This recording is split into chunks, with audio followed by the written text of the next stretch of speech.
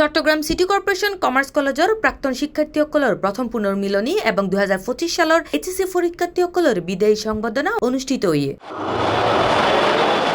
আজিয়া মের 19 তারিখ নগরের আগ্রাবাদ এক্সেস রোডের ব্যাপারীপাড়া মোড়ত অবস্থিত চট্টগ্রাম সিটি কর্পোরেশন কমার্স কলেজত এই অনুষ্ঠান অনুষ্ঠিত হয়।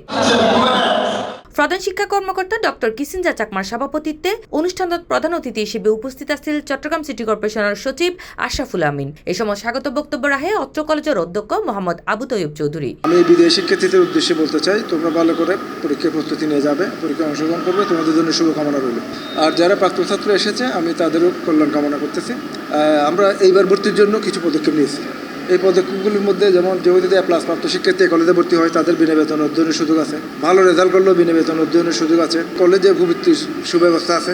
এই কলেজে আমরা একটা মানসম্মত শিক্ষা গড়ে তোলার জন্য অর্থাৎ ভালো রেজাল্ট করার জন্য আমরা চেষ্টা করতেছি। আমাদের মাননীয় মেয়র মহোদয় এবং চট্টগ্রাম সিটি কর্পোরেশন কর্তৃপক্ষ আমাকে সার্বিক সহযোগিতা করতেছেন।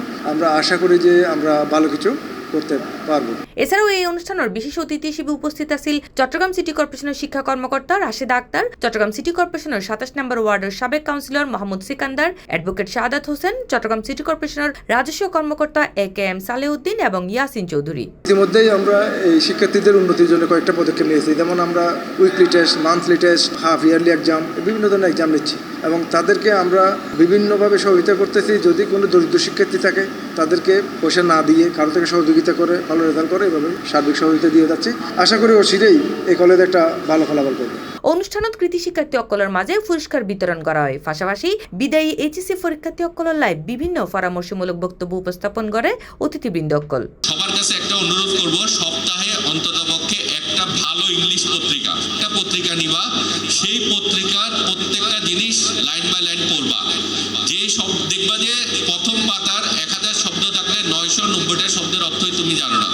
এটা হবেই, কেননা আমাদের ভোকাবুলারি খুবই দুর্বল।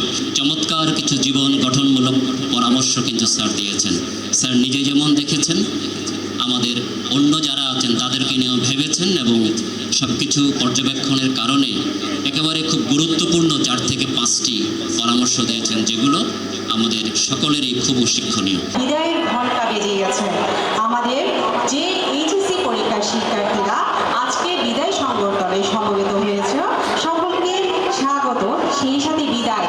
পরীক্ষা যারা বিদায় নিচ্ছে আমি তাদেরকে আন্তরিকভাবে ধন্যবাদ জানাচ্ছি। তোমরা ভালো করবা, সেই আশাটুকু ব্যক্ত করি। ছাত্রছাত্রীদের যে মিলন মেলা, যারা এখানে প্রাক্তন ছাত্র হয়েছেন এবং যারা আগামীতে পরীক্ষা দিতে যাবেন তাদের মধ্যে একটা অনুপ্রেরণা যোগাবে বলে আমি মনে করি। অনুষ্ঠানত আরও উপস্থিত আছিল কলেজের শিক্ষক শিক্ষিকা, বর্তমান শিক্ষার্থী এবং প্রাক্তন ছাত্রছাত্রী সকল। আনন্দঘন এই মিলন মেলা স্মৃতিময় গড়ি তোলে কলেজ প্রাঙ্গণরে।